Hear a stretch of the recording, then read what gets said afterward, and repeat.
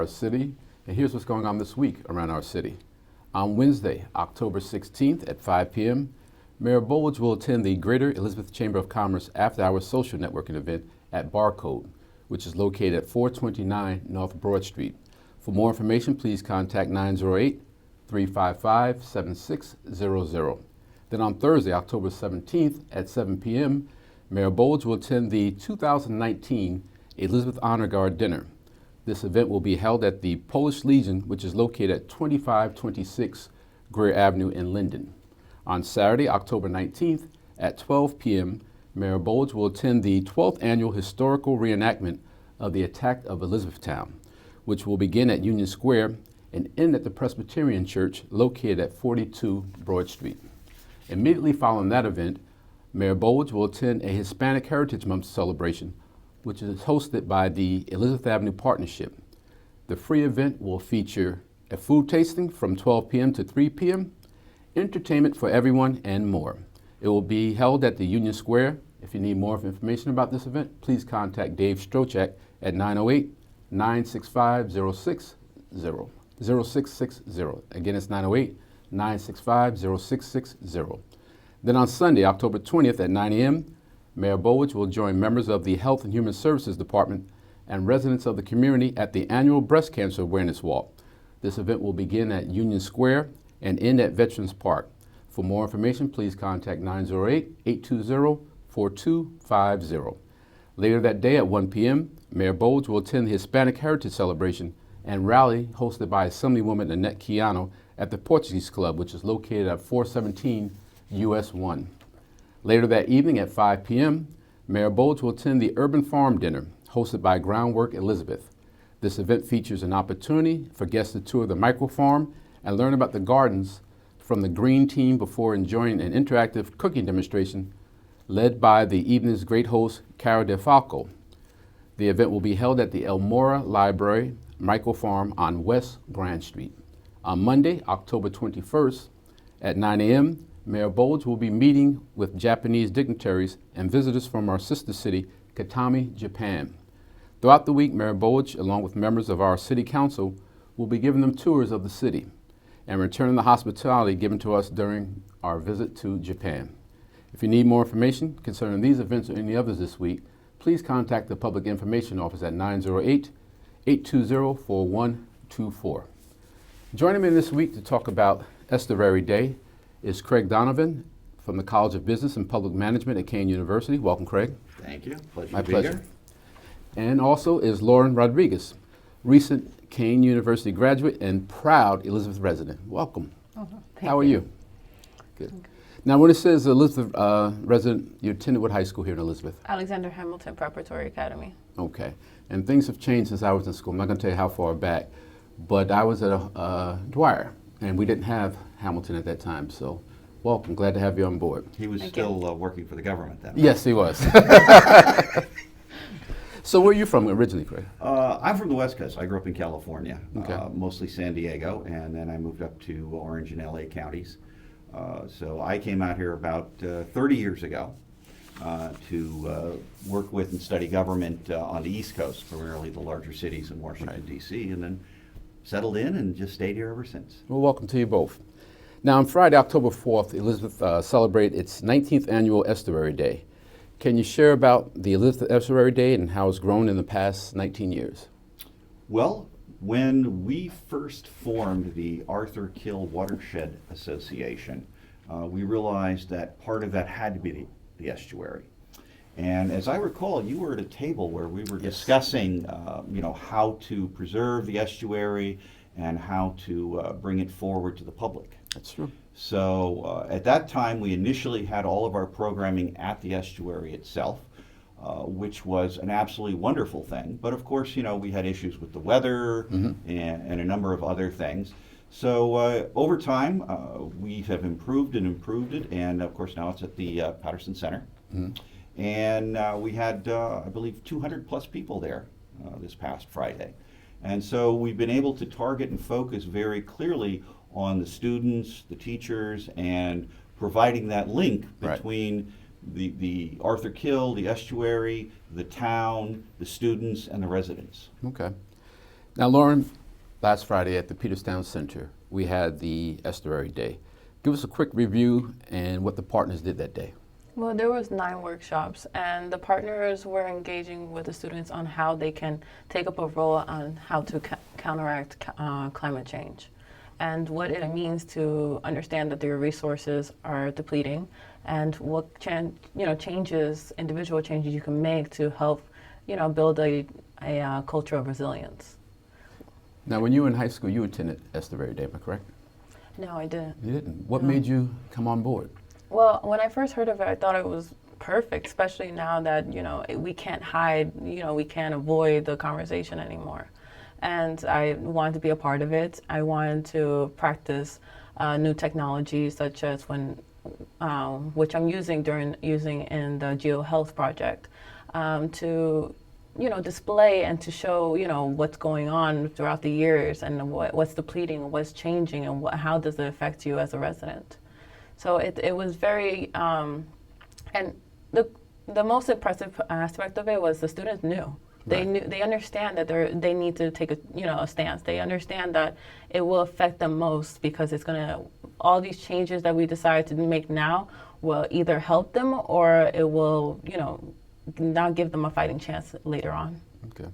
And how have our partners recently responded to this progression in their valuable workshops with our students? Well, they're very professional, and they also always continue doing their research when they're like every Estuary Day, they always have something new to show the students. So even if the students have been going constantly, they always encounter something different, or the information has, been upgraded to understand that, this is what's going on today. We told you what was happening last year, but today things have changed. Right. So it makes them understand that, if you make it, decide to change upon yourself, then it can help whether next Estuary Day, if we can tell you, oh, things are getting better. Okay. Now, Craig, if we take this from a public policy perspective, why is it essential to provide this information? Well, I think it's very clear. I'm old enough to remember attending the very first Earth Day in the 70s, that climate change has gone, as Lauren said, from a theory to a reality. Mm-hmm. And we, in our generation, have really been responsible for producing the climate change. And it's a reality today. And it's important because Lauren and her generation and the generations to come are the ones that have to live with it. Okay. And so it becomes very critical that they understand the situation, that they understand the causes, the opportunities, and that they develop a mindset of resilience, because every day we're finding some new effect from climate change and how it's changing the world they have to live in. Now, as you said, the generations to come, what were the age groups or some of the people that attended the group, the event at Peterstown? They were from middle school all the way to high school. So we had seniors, we had 8th graders, we had 6th graders, and in my workshop, you can tell that each age level and grade group, they all had different understanding of what climate change was, and you can tell that the youngest group understood the importance, and even if they saw the video with the turtle having that had a straw stuck in his nose, they knew what it meant. They knew that that humans are contributing the most to climate change, what we caused it, and they know that, oh, I saw the turtle in the straw in the turtle's nose. I don't want any more straws. Right. So they knew that even they can help, but they didn't know exactly how, and that's why the workshops were important. So how does this climate change information and creating a culture of resilience apply locally? Well, locally, they can they could practice eco-friendly decisions such as recycling, carpooling, less plastic or paperless. These practices you can mainly do locally and as an individual. Okay. So, Craig, we have to go further. What do you think are the next steps for our residents? We can't just stop here. Well, I think it's very clear that we have to make sure that everybody understands that there's a role to play at all levels. Our residents, our businesses, our nonprofits, they all have to be part of this notion of resilience and preparation. The government obviously has a large role to play. The mayor was very active during Hurricane Sandy. But we have to change the mindset that all these solutions are up to the government, that all we have to do is pick up the phone, call 911 and say, I've got a problem, and then someone's going to come and help them. That we all have to do our own planning and our own share of preparing for the problems that are coming forward and being ready when something happens. And do you think that the students that were attending the event, you think they took that information home and shared with some folks? Yes, because they also told us the things that they did at home to help. Like they said, yes, I understand we have a problem, and this is what my family's doing. And that they also mentioned how last year's Estuary Day encouraged them to tell their parents about how they can change. So they understood they were the future. However, they understood that their parents they won't attend Estuary Day, but they were the connection. So when we talk about climate change and impact of social culture and natural resources, how did the students respond to that? Well, they understood that, what they can do, but also, like, how can they form it into a culture of resilience? Because they understood that, like, from what we were explaining, some of it, they just had to learn how to live around it and how to, prevent it from becoming more a disaster. So they decided, they asked us more questions, and they also understood that, they asked, what role can I take? Right. What can I do? And they understood that it has to be a part of their lifestyle. I'm curious, Craig, as we talk about sharing information with the youth, are there any handouts or any type of literacy that they give to the teachers or to the students to take home that they can carry this lesson on? Yes, we have a wide range of materials that are available, both print, but of course, the key today is that it's electronically available, downloadable, see it on your phone. But absolutely, there's a wide range of material out there to help them and to help the teachers to understand and to help the teachers work with the students. And that's interesting that you said on your phone. So through social media now, like that, kids can get information instantly. Exactly. The old clay tablets are just so passé. You understand what we used to have to go to the library and get encyclopedias and long story, but you guys Take have our it made chisel now. and our hammer to take notes, and it was a very difficult period.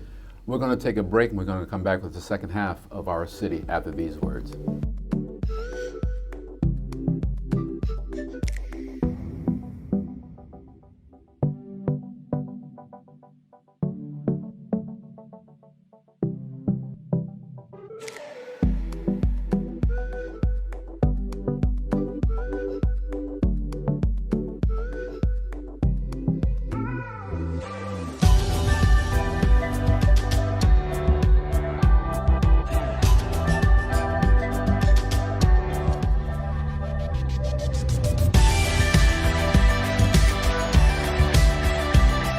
Just minutes from New York City, we are the gateway to the state of New Jersey. Experience Elizabeth. It all starts here. We're an American original, dependable, historic, nuanced, with all the comforts of home, even when you're just visiting. So we're celebrating for all that we've left untouched and all that we've changed. A place where the past meets the future.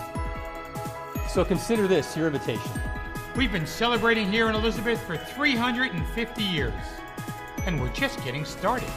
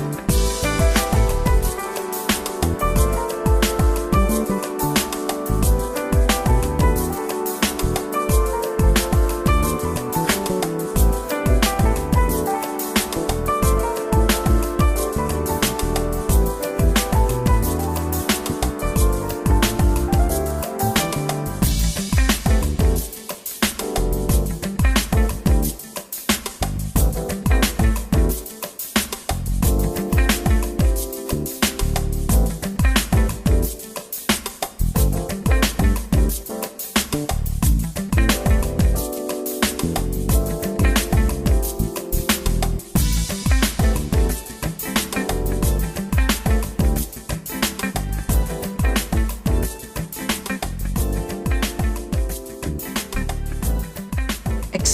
Elizabeth. It all starts here. Welcome back to the second half of Our City. Today we're discussing Estuary Day. And joining me is Lisa Behrendt. She's the project manager with the U.S. Army Corps of Engineers. Welcome, Lisa. How are you? Great. Good to see you again. You too. I'm not going to say welcome to the show. I'm going to say welcome back to the show because you've been on here several times. And over the years, we've talked about Estuary Day, Environmental Day. Tell us what the Corps did or had planned for the students last Friday. You know, last Friday was a great event. But first, I want to thank you for having me on the show Our again. pleasure. I love being on your show, and especially the opportunity to share what the Corps of Engineers does in this estuary, and especially since we just had Estuary Day last Friday. There was almost 250 students and teachers that were there, and I was really honored. I got to do the opening remarks on behalf of the partners in the opening ceremony, and as well as have a classroom that was stationed there where I had the kids, each school coming in and out and giving them a presentation about what the Corps is doing in the estuary, and really also describing and educating them on an estuary. A lot of times they don't know what an estuary is, and where salt water's coming in and mixing with fresh water from the land, and just really letting them know how important the estuary is in their region. Good. Now, the Army Corps does a lot of great work in the estuary with many different missions. Can you tell us about these missions and the types of projects you're working on? Sure.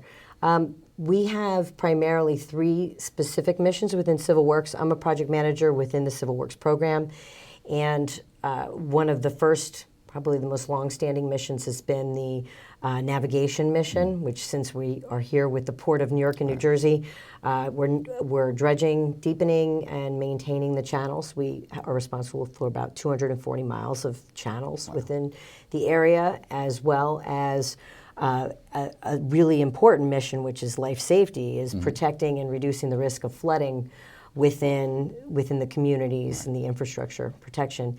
And then the third mission, which I primarily work on, is ecosystem restoration. I've been working on the ecosystem restoration projects for the last 25 years, actually, with the state first, and now with the Corps in the last 12 years. But bringing back the habitat that's been lost and improving water quality, sediment quality, and all of the ecosystem services to the region with our partners. Now, you just touched on a lot, but what other types of projects is the Corps working on to improve the shoreline and reduce the risk of storms for our community? So not only do we hope that the ecosystem restoration program will provide natural and nature-based features that will make our shorelines more resilient and sustainable, but probably one of the should be the most appreciated projects that the New Jersey residents want to see is when they go to the beach, and beach nourishment jobs. And over the years, every year you go and see the shoreline getting smaller and smaller and smaller, just from normal wave action and from storms.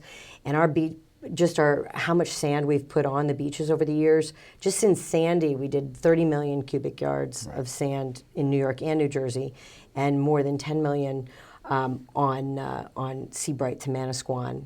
And the Philadelphia district has done many more projects, southern New Jersey. But we think that's probably the most important from a standpoint of how they want to spend their summers. And I love to go to the beach. So protecting the infrastructure and the communities that are behind those beaches is really important. As well as one of a really high priority project that's going on right now is the New York and New Jersey tributaries, harbor and tributaries focus study. And that is similar to our restoration program, as I manage the Hudson Raritan Estuary program, which is the whole entire estuary. They're looking at not only the whole study area there, but all the way up the Hudson River, and trying to look at what kind of storm protection and coastal storm risk management and flood measures would be most appropriate for the region. And they've looked at all sorts. I know a report came out at the beginning of 2019, and they've done like almost 24 public outreach meetings where they've looked at all different measures, shoreline measures, water-based measures like flood walls, seawalls, levees, beach nourishment, as well as tide gates and coastal storm barriers. And so right now they're in the middle of evaluating all of those structures and those alternatives based on modeling efforts, and hopefully they'll come up with solutions that are expected and planned for the middle of next year, like spring of 2020, to determine what's the recommended selected plan or the selected plan, tentatively selected plan, probably in the spring time period. Okay. Yeah, and so there'll be more public outreach meetings for that. I know. Quite a few, I'm sure. I know that Elizabeth is gonna. Your communities are definitely gonna want to know Right. about that particular project. Now, another very important resource for this region is the port here in Elizabeth. Has the Corps been working on any additional studies or activities since the successful completion of the deepening of the harbor to 50 feet? Yeah, so in September of 2016, we celebrated a really big accomplishment, which was deepening the port to 52 feet or 50 feet, but we overdredge.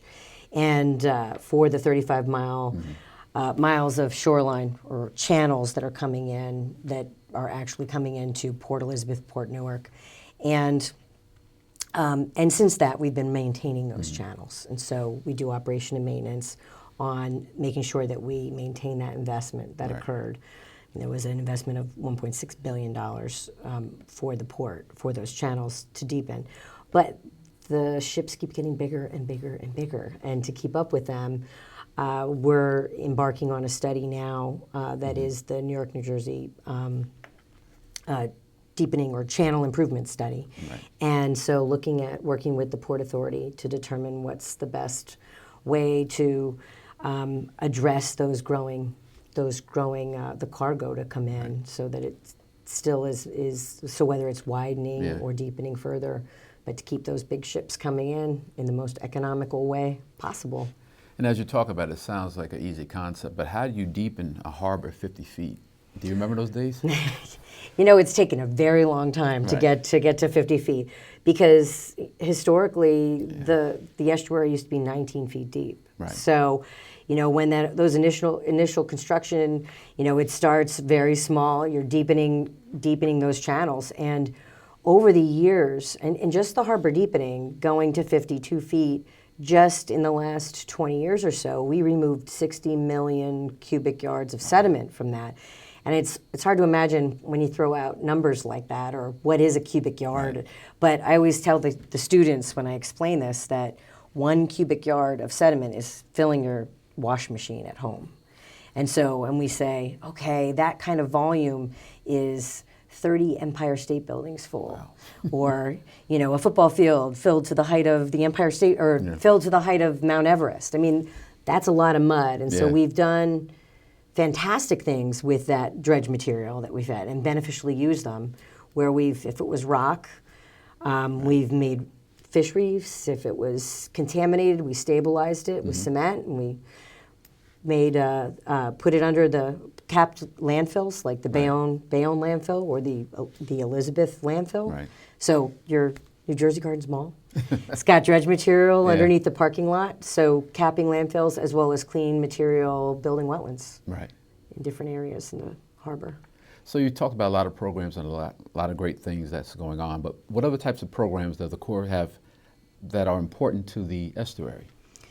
So I just mentioned the civil works programs, and we do so many other things. And some of the other projects that actually are being implemented in the estuary are environmental remediation type of projects. We have an interagency and international services program where it's a former support for others. We work for EPA. Right. We clean up former defense sites and Superfund sites for EPA. So we're working for them on various rivers in the estuary. We have a harbor operations mission where we are out there every day collecting drift from drift that's floating around in the harbor. So anything that would be a problem or a threat to safe navigation, we're out there. And then we use those cranes when something bad happens as well, like a helicopter goes down in the harbor, or the landing on the Hudson, with the plane crashing. So we've done a lot of different things, plus responding to also natural disasters nationally as well. In Puerto Rico, forest fires in California. So we've also done a big response mission whenever there's a natural disaster like that as well. So there's never a dull moment or a boring day in your job? No. And I know there are a lot of people that I work with that have very exciting missions that they get to go on. But never a dull moment, that's for sure. I can tell that you like what you do because you're very, very passionate. And why is it important to share this information with the students about Estuary Day? Well, I think that it's so important that the students understand the environment and the importance of the environment and the importance of an estuary. And we have all these resources that are right outside their back door. And that is critical. And then when they go home and they talk to their parents and their family members, and being on this show, educating the communities about just how important the environment is. And, the theme for last week was, and what I heard over and over again is, they make a difference. Right. The children make the difference, and they are the future. Right. They can make a difference now with just programs that just having the knowledge and what they can do to improve the estuary and making sure they don't litter and that garbage doesn't go down storm drain since it ends up in the estuary, or just that they can, when they grow up, and soon enough they're going to be the future workforce. Right. And I always tell them, I always start out when I get a new group in the classroom, okay, who wants to be in the science field? Yeah.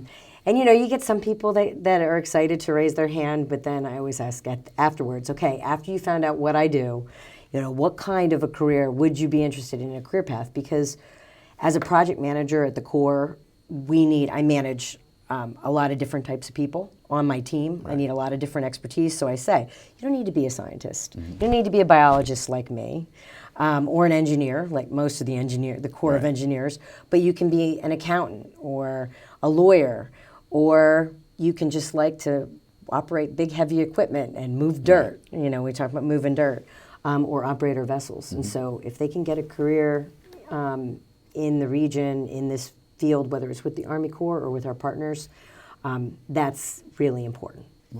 Important for the Corps. I want to say thank you, commend you for all the hard work that you do, and tell you keep doing it. Congratulations on another successful Estuary Day. Thank you very much. All right. I want to thank you all for watching this segment of Our City. I want you to have a safe and wonderful week. Thank you.